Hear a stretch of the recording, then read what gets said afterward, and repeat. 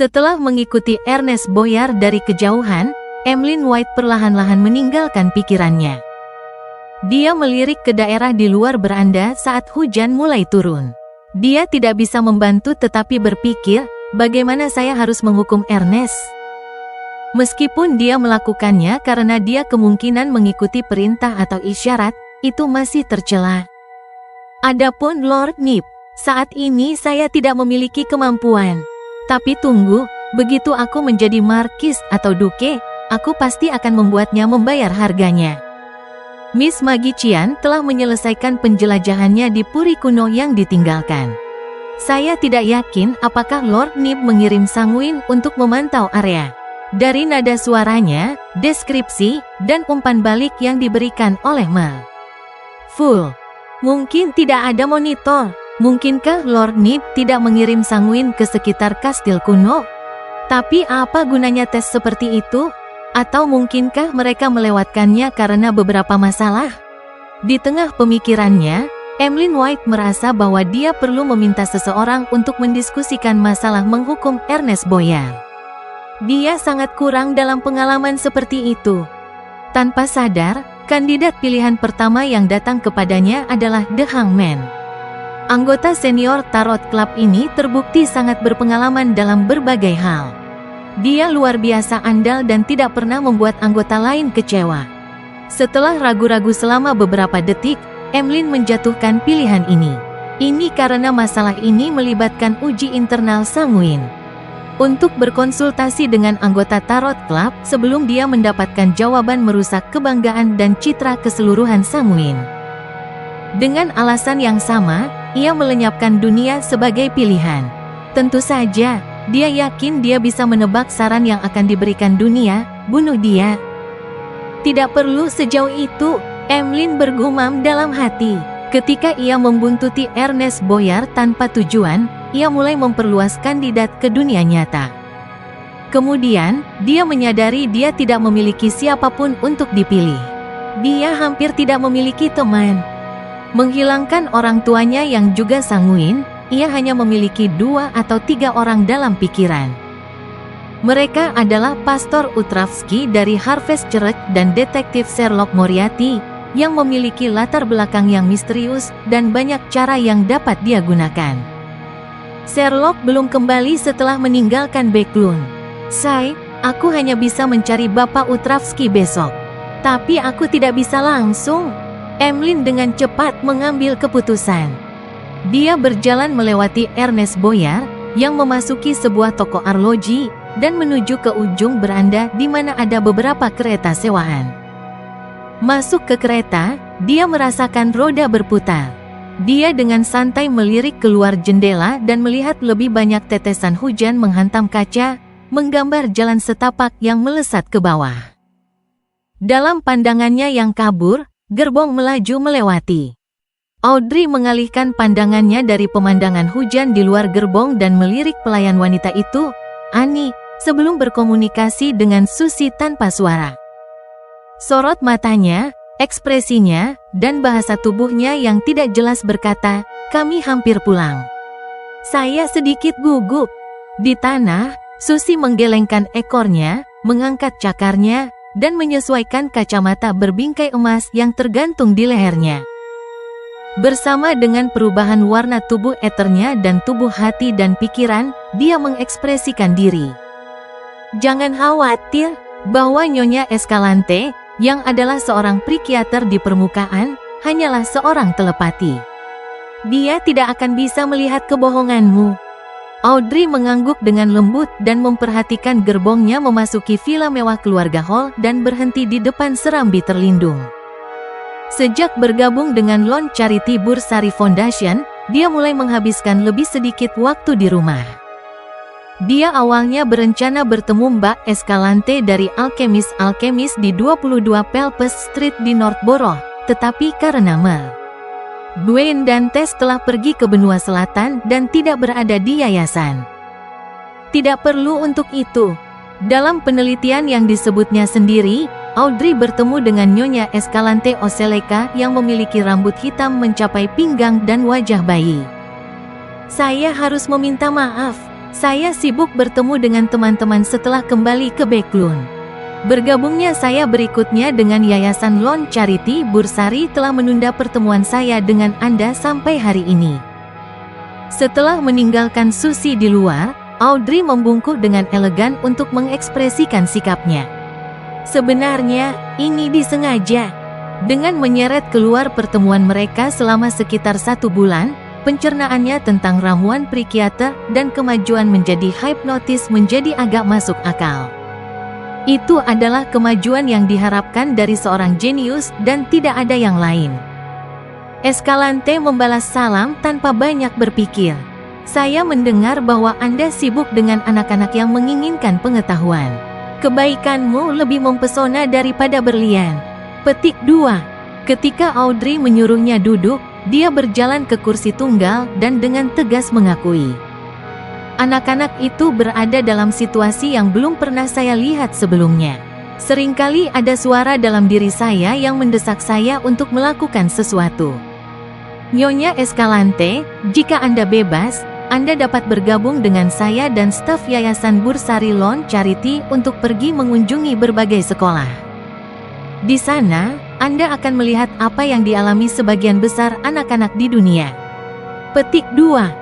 Setelah mengatakan itu, dia tertawa seolah mencela diri sendiri. Saya minta maaf, baru-baru ini saya terbiasa memulai topik semacam itu.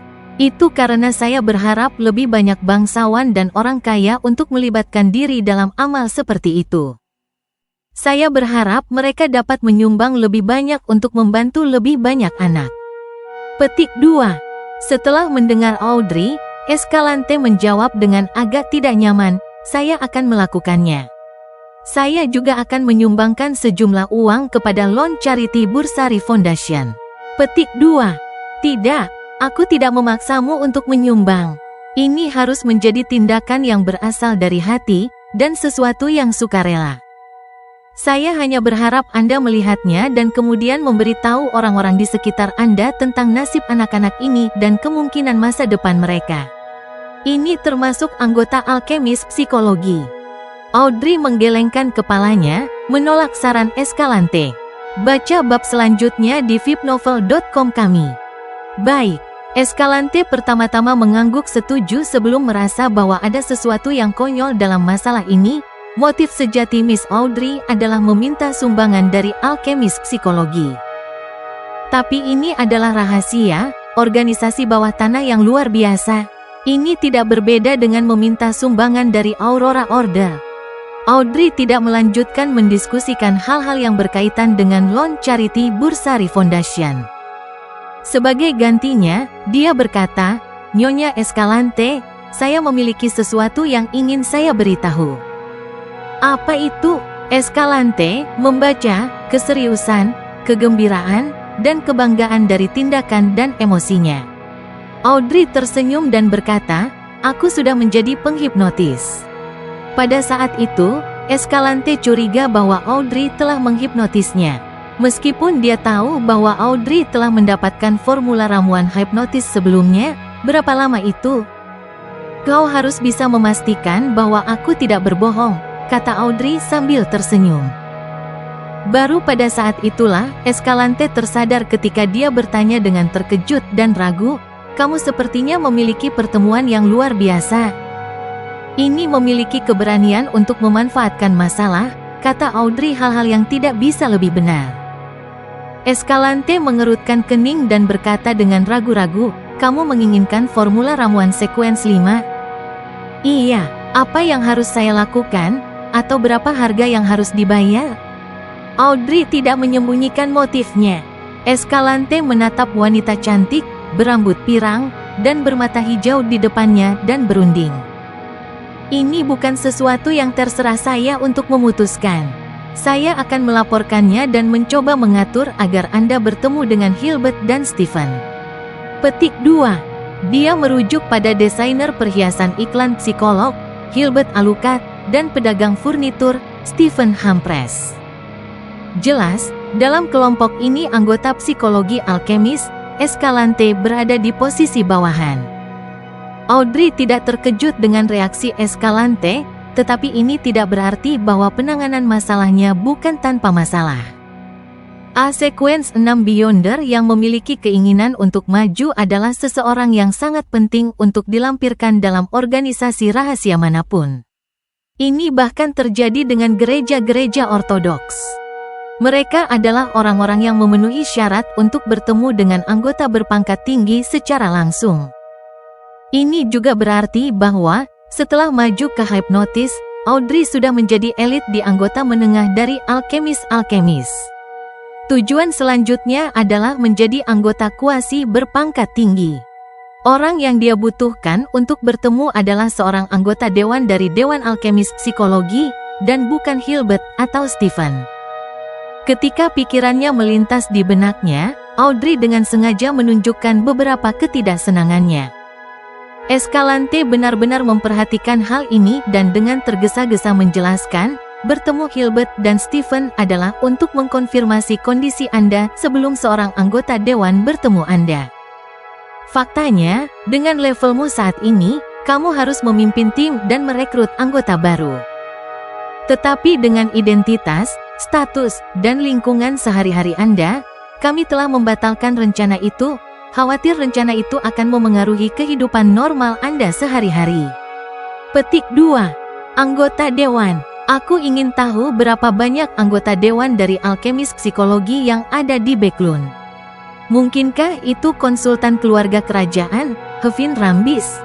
Audrey mengangguk dan berkata, aku bisa mengerti itu dan akan menunggu pengaturanmu. Dia kemudian mengalihkan topik dan bertanya dengan tatapan ingin tahu, Nyonya Escalante, apakah Anda tahu apa nama ramuan Sequence 5 dari jalur penonton? Melihat wanita muda berambut pirang, bermata hijau, dan mulia ini mengambil sikap sopan seperti itu, Escalante diam-diam menghela nafas lega. Aku pernah mendengar Hilbert menyebutkan bahwa itu disebut Dreamwalker.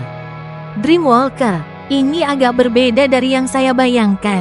Atau bisa jadi, mimpi, itu hanya analogi. Lebih tepatnya, itu haruslah pemandu bawah sadar. Audrey tidak menyembunyikan perenungan dan analisisnya sebelum mengarahkan pertanyaannya ke psikologi dan berbagai informasi. Setelah Escalante tinggal untuk makan malam, dia mengirim wanita itu ke pintu tempat dia naik kereta. Pada saat ini, di luar gelap dengan angin kencang menderu dan hujan deras. Di tengah hujan deras, angin menderu, dan malam yang gelap, sebuah kapal uap bibrida berlayar melalui rute laut yang aman di Laut Bersek dengan turis di dalamnya. Klein telah meninggalkan benua selatan dan telah kembali ke Teluk Desi sebagai Dwayne dan Tess.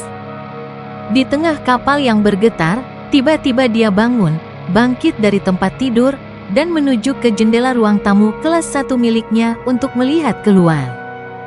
Di tengah hujan lebat, 3 perahu layar besar hitam aneh yang aneh meluncur diam-diam. Tergantung di sisi mereka adalah lentera dengan 3 layar hitam di tiang hampir sepanjang 100 meter. Dan di deknya berdiri kursi batu berbintik-bintik yang tingginya 2-3 meter, punggungnya menghadap kabin. Tidak ada yang duduk di situ. Itu adalah simbol Kaisar Hitam Raja Lima Laut, Nas.